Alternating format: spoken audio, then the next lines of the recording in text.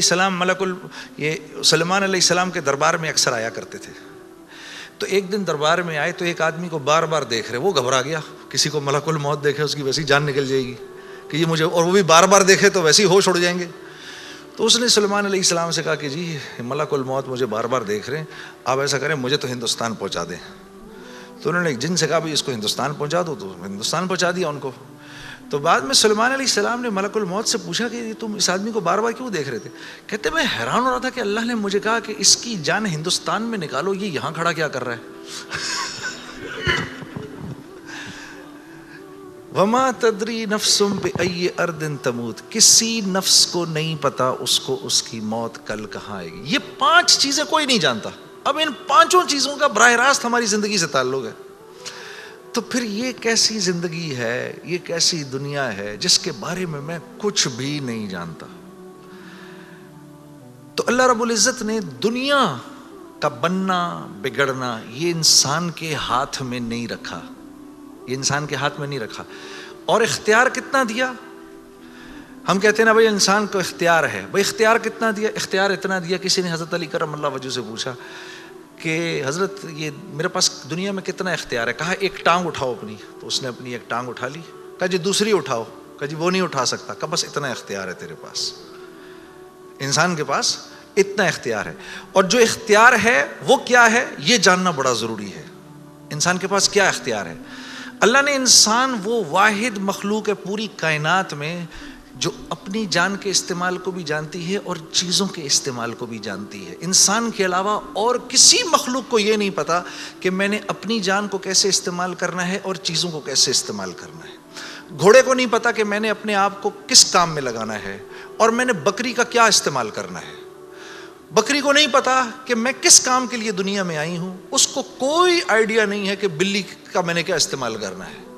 بلی کو نہیں پتا میں کیوں آئی ہوں, اور بلی کو یہ بھی نہیں پتا کہ میں نے کتے کے ساتھ کیا کرنا ہے. ٹھیک ہے, انسان وہ واحد مخلوق ہے جس کو اللہ نے یہ شعور دیا, فَأَلْهَمَهَا فُجُورَهَا وَتَقْوَاهَا. میرے دوستو یہ وہ آیت ہے جس کو اللہ نے 7 قسمیں کھانے کے بعد بیان کیا. 7 قسمیں کھائیں اس آیت کو بیان کرنے سے پہلے.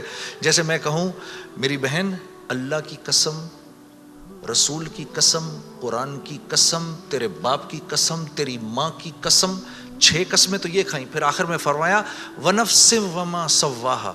اچھا چل کسی کی قسم نہیں مانتا تو میرے بندے مجھے تیری جان کی قسم, فَأَلْهَمَهَا فُجُورَهَا وَتَقْوَاهَا. کل قیامت کے دن آ کے مجھے نہیں کہنا یا اللہ مجھے نہیں پتا تھا سیاہ کیا ہے اور سفید کیا ہے. مجھے نہیں کہنا کل یہ قیامت کے اندر, کیونکہ فَأَلْهَمَهَا الہام کیا ہے, میں نے تجھے الہام کیا ہے. اچھائی اور برائی کا فرق میں نے تیرے اندر ڈالا ہے اور یہ ڈال کے تجھے دنیا میں بھیج دیا ہے. جیسے کوئی بھی معاشرہ ہو اس میں سچ اچھا سمجھا جاتا ہے, جھوٹ برا سمجھا جاتا ہے, چاہے وہ مسلمانوں کا معاشرہ ہو چاہے غیر مسلموں کا ہو. بےایمانی ہر معاشرے میں بری سمجھی جاتی ہے, ایمانداری ہر معاشرے میں پسند کی جاتی ہے. راست بازی, سچائی, بینگ اپ رائٹ, یہ ہر معاشرے میں پسند کیا جاتا ہے, اور ظلم ہر معاشرے میں برا سمجھا جاتا ہے. جسٹس ہر معاشرے میں اچھا سمجھا جاتا ہے, قتل ہر معاشرے میں برا سمجھا جاتا ہے. تو اللہ پاک فرما رہے یہ چیزیں دے کے میں نے تمہیں دنیا میں بھیجا ہے, میں نے تمہیں تمہاری جان کا استعمال بتا دیا, چیزوں کا استعمال بھی سکھا دیا. تو یا اللہ میں نے جان کا کیا استعمال کرنا ہے, میں نے جان کا کیا استعمال کرنا ہے.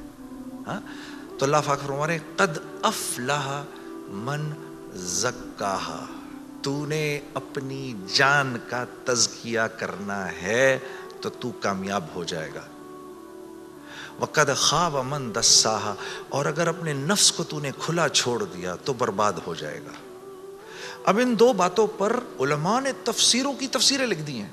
اب نفس کا تزکیہ کیا ہے؟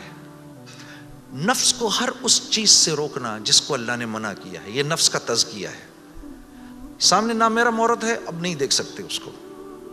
ہاں وہ سامنے سے آئی, نظریں جھکا لی. اب نظریں جھکا لی, اسی لمحے پچھلے سارے گناہ معاف ہو جاتے ہیں, اور اللہ ایمان کی وہ حلاوت دیتے ہیں جو آپ نماز میں محسوس کریں گے. پھر آپ نہیں کہیں گے کہ جی میں نماز پڑھتا ہوں میرا تو دھیان ادھر نکل جاتا ہے.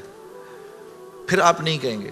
کان کو ہر وہ چیز سننے سے روکنا جس کو اللہ نے منع کیا, ہر اس چیز کو سننا جس کا حکم دیا.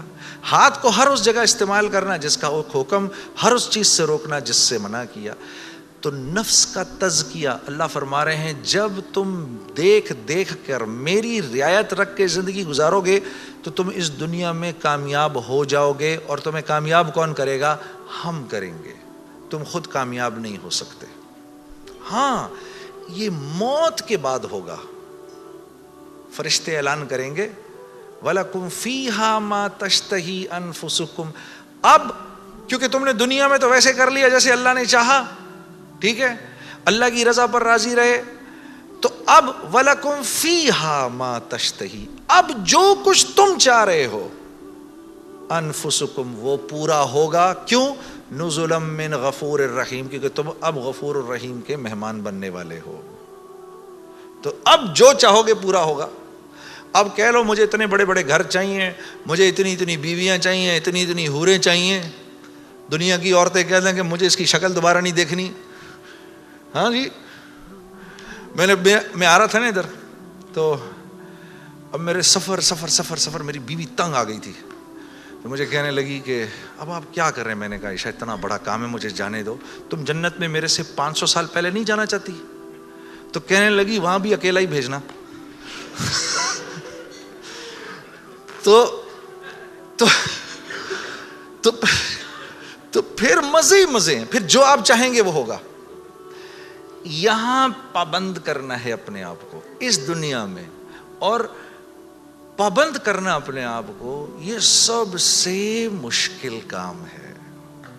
یہ سب سے مشکل کام ہے اپنے آپ کو پابند کرنا. دیکھو انہوں نے اپنے آپ کو پابند کیا, میڈیکل کالج کا تو ڈاکٹر بن گئے. وہاں جو سینئر ڈاکٹرز نے کہا وہی کیا. صبح کہا 8 بجے پہنچنا ہے, 8 بجے پہنچ گئے. وہاں پر جس پیریڈ میں, جس کلاس میں, جس ڈپارٹمنٹ میں انہوں نے کہا جی پڑھو, پڑھتے رہے. اس کے بعد 4-5 سال اپنے آپ کو پابند ہی تو کر کے گزارا, تو 5 سال کے بعد ڈاکٹر بن گئے. آدمی کو اپنے آپ کو پابند کرنا پڑتا ہے. دنیا میں جس چیز کو حاصل کر رہے ہیں اس کے لیے اپنے آپ کو پابند کرنا ضروری ہے. تو دین, اور پھر کیا ہے, جب پابند کیا تو اب ڈاکٹر بن گئے. اب ڈاکٹر بننے کے بعد ڈاکٹر بننے کے جتنے نفع ہیں اب وہ کمائے گا. یہ سیدھی سی بات ہے. تو دین کے نفع اٹھانے کے لیے کہ میں دین کے نفع اٹھاؤں, اللہ نے جو حکم دیا اس کے میں نفع اٹھاؤں, اس کے لیے پہلے ہمیں اپنے آپ کو پابند کرنا پڑے گا. اسی طرح سے اللہ جیسے کہہ رہے ہیں جب وہ پابند کر لے گا تو پھر اس کے نفع اٹھائے گا, اور جو جتنا پابند کر لے گا اتنا ہی نفع اٹھائے گا. جیسے 1 گز زمین بھی زمین ہے اور پوری دنیا بھی زمین ہے. جس کے پاس 1 گز زمین ہے وہ 1 گز زمین جتنے فائدے اٹھائے گا, جس کے پاس پوری دنیا ہے وہ پوری دنیا کے فائدے اٹھائے گا. تو جس کی زندگی میں جتنا دین ہے اس نے دنیا میں نفع اٹھانے ہیں. جس کی زندگی میں جتنا کم دین ہے پھر کیا ہے, مصائب اس کو گھیر لیتے ہیں, مصائب اس کو گھیر لیتے ہیں, حالات اس کو گھیر لیتے ہیں. کراچی سے, لاہور سے, فیصل آباد سے گلاسگو آ جانے سے حالات ٹھیک نہیں ہو جائیں گے. یہ کہیں اللہ کا وعدہ نہیں ہے کہ جگہ تبدیل کرے گا تو تیرے مزے ہو جائیں گے. نہیں, زندگی بدلے گا تو تیری زندگی بدلے گی. چاہے تو غربت میں ہے, چاہے تو امارت کے اندر ہے, چاہے تو وزیر ہے, چاہے تو محکوم ہے, چاہے تو دکاندار ہے, چاہے تو کارخانے دار ہے. اگر میری مرضی کے مطابق چل رہا ہے تو دنیا کی زندگی تیری ایسی بناؤں گا, دنیا کی زندگی کو تیرے لیے جنت کا نمونہ بناؤں گا. اگر میری مرضی کے خلاف تو چلے گا تو تیرے لیے تمام حالات اور تمام کامیابی کے نقشے ہونے کے باوجود تجھے مشکل میں ڈالوں گا. اور میرے عزیز دوستو, یہ ازل سے لے کر آج تک ہو رہا ہے, اور آج سے لے کر ابد تک یہی ہوگا. اب آپ لوگ یہاں کیوں آئے؟ کبھی آپ نے سوچا بھئی آپ گلاسگو کیوں آئے؟ آپ گلاسگو کیوں آئے؟ آپ آئے نہیں ہیں, اخرج